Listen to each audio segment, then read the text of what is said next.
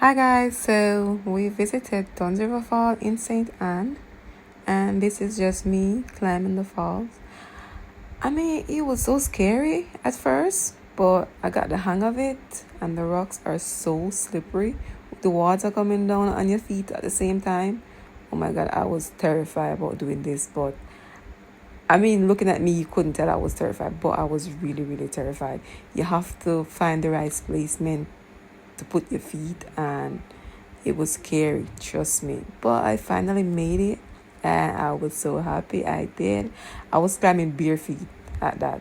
That's me. I reached the top, and oh my god, this place is so beautiful. Just green and luscious with all that blue water. Oh my god, it was so much fun.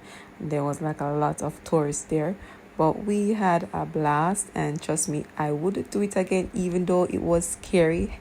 I would definitely do this again. Jamaica is so much fun, and I mean, living in Jamaica, if you haven't been to Duns River Fall, I think you should take the time and actually visit Duns River. It's great, trust me, it is great.